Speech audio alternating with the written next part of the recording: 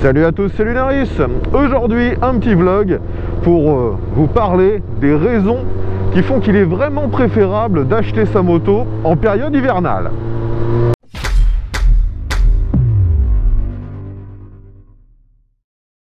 Donc les amis, on se retrouve aujourd'hui au guidon de ma Bandit 400 que je balade aujourd'hui et j'en profite pour vous faire ce petit vlog. Donc vous connaissez maintenant le titre, les raisons qui peuvent nous inciter à acheter en hiver, ce qui peut sembler illogique. Donc dans ce vlog aujourd'hui on va parler tout d'abord du marché de l'occasion. Et ensuite, on parlera bien sûr des véhicules neufs, car vous verrez qu'il y a des raisons, dans les deux cas, d'acheter plutôt en hiver qu'en été. Donc tout d'abord, le plus couramment, vous avez constaté qu'en hiver, le marché de l'occasion en moto est vraiment, on va dire, moribond. Il y a beaucoup moins de transactions qui se font en hiver. Et les transactions se font à des tarifs bien plus faibles. Alors les premières raisons, je pense que vous vous en doutez, c'est tout simplement la météo. Il y a beaucoup moins de gens qui sont intéressés pour se déplacer en moto lorsque c'est un loisir. L'hiver, c'est un peu la période morte. Les gens n'utilisent plus leur véhicule. Donc premièrement, il y a moins d'acheteurs. Et le truc aussi, c'est qu'il y a aussi beaucoup plus de vendeurs. Car souvent, on retrouve des annonces où les gens ont acheté la machine début du printemps et ils essaient de la revendre dès fin septembre, voire même parfois dès août, parce qu'ils n'ont pas envie de payer les frais de gardiennage, les assurances et tous les coûts liés au stockage. Donc on retrouve beaucoup plus de machines en vente à cette période. Et comme je vous l'ai dit, il y a aussi moins d'acheteurs, donc forcément les prix baissent. Et ça, je pense que la plupart d'entre vous étaient déjà au courant de ce phénomène avant même de lancer ce vlog.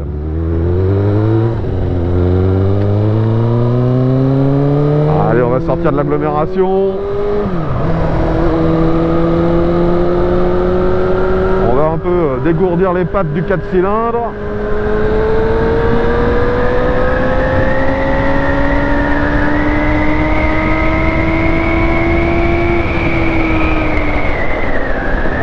Toujours fun, hein.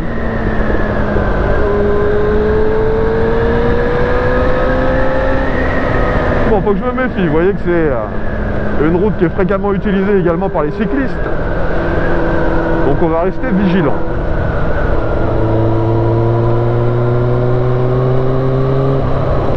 Donc finalement, sur le marché de l'occasion, il n'y a pas de réelle nouveauté, hein. C'est toujours un peu la même chose, et ça depuis quasiment toujours. Maintenant par contre, vous êtes beaucoup moins nombreux à savoir qu'on peut aussi faire de très bonnes affaires sur le marché du neuf, car vous avez déjà les concessions qui essaient d'évacuer en fait les modèles qui sont immatriculés de l'année en cours, qui vont forcément se retrouver à décoter dès que le 1er janvier va passer. Les gens bêtement, ils voient que c'est une machine de l'année dernière, même si elle n'a que 2 ou 3 mois, ça lui fait perdre un petit peu de valeur.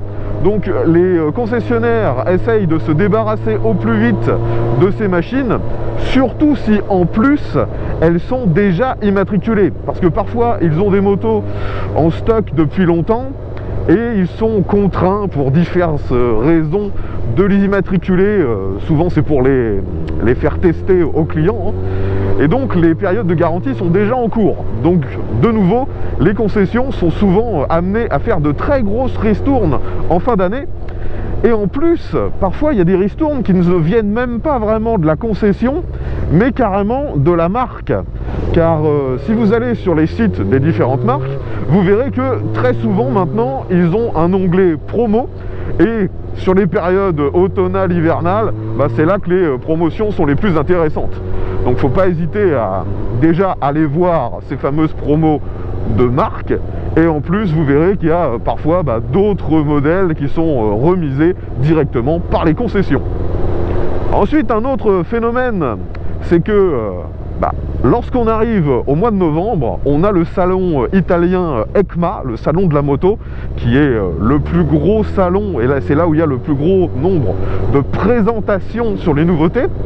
Donc finalement, à ce moment, on peut aussi avoir des ristournes sur des modèles qui ne sont même pas encore officiellement en vente et qui viennent juste d'être présentés. Car il arrive assez fréquemment que les marques, lors de la présentation, décident de mettre un tarif de précommande ou un tarif sur les 1000 premiers modèles vendus. Enfin, on a déjà vu ça plusieurs fois.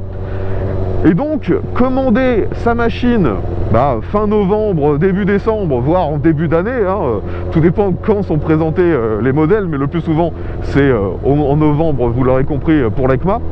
Eh bien, vous pouvez aussi avoir des ristournes sur des modèles que vous n'aurez que un peu plus tard. Vous vous doutez bien qu'il y a un délai entre la présentation et la disponibilité officielle en concession, mais il y a aussi ça à surveiller. Donc là, au moment où je fais cette vidéo, l'EICMA c'est dans 3 semaines, donc n'hésitez pas à surveiller les nouveautés qui vont être présentées dans très peu de temps. Et si il y en a une qui venait à vous plaire, eh bien contactez tout de suite votre concessionnaire pour être un des premiers à en faire l'acquisition si ça vous plaît vraiment. Vous aurez le meilleur tarif possible et en plus vous êtes quasi certain en le précommandant d'être aussi un des premiers à recevoir la moto. Donc pour résumer, dans cette période hivernale, que vous essayez d'acheter une machine d'occasion neuve, très récente ou carrément de la précommander une, il y a moyen de faire des affaires. Et je vous le redis, vérifiez vraiment les tarifs. Vous verrez qu'il y a facilement 15-20% sur l'occasion de différence entre l'hiver et le printemps. Parfois même sur certains modèles ça peut aller jusqu'à 30% d'écart. Et sur les promos, sur certains modèles, on voit pareil 20-30% de remise. Souvent là où il y a les plus grosses remises, c'est sur des modèles, comme je vous l'ai dit, déjà immatriculés, qui ont 500 ou 1000 km, qui ont été utilisés pour présenter la machine dans les concessions. C'est là où on a les meilleures offres.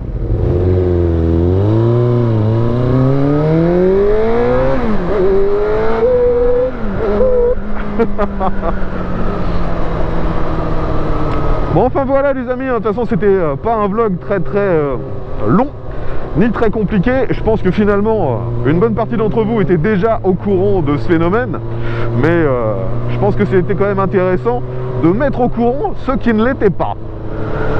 Donc de nouveau, si vous appréciez ce format vlog, n'hésitez pas à le dire dans les commentaires. Si vous avez des questions ou des remarques par rapport au sujet qui a été abordé aujourd'hui, utilisez également l'espace commentaire.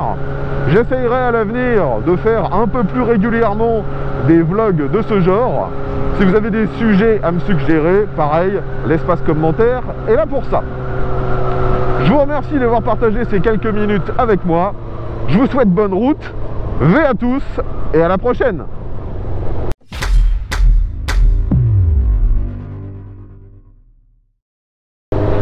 Et malheureusement, en conclusion, on pourra dire que c'est quand même la pire période si à l'inverse vous êtes vendeur. Vu que vous êtes en concurrence avec beaucoup d'autres personnes, je dirais que les seuls qui peuvent espérer s'en tirer pas trop mal, c'est quand vous vendez un modèle extrêmement rare. Le fait que vous soyez en hiver ne changera pas le prix.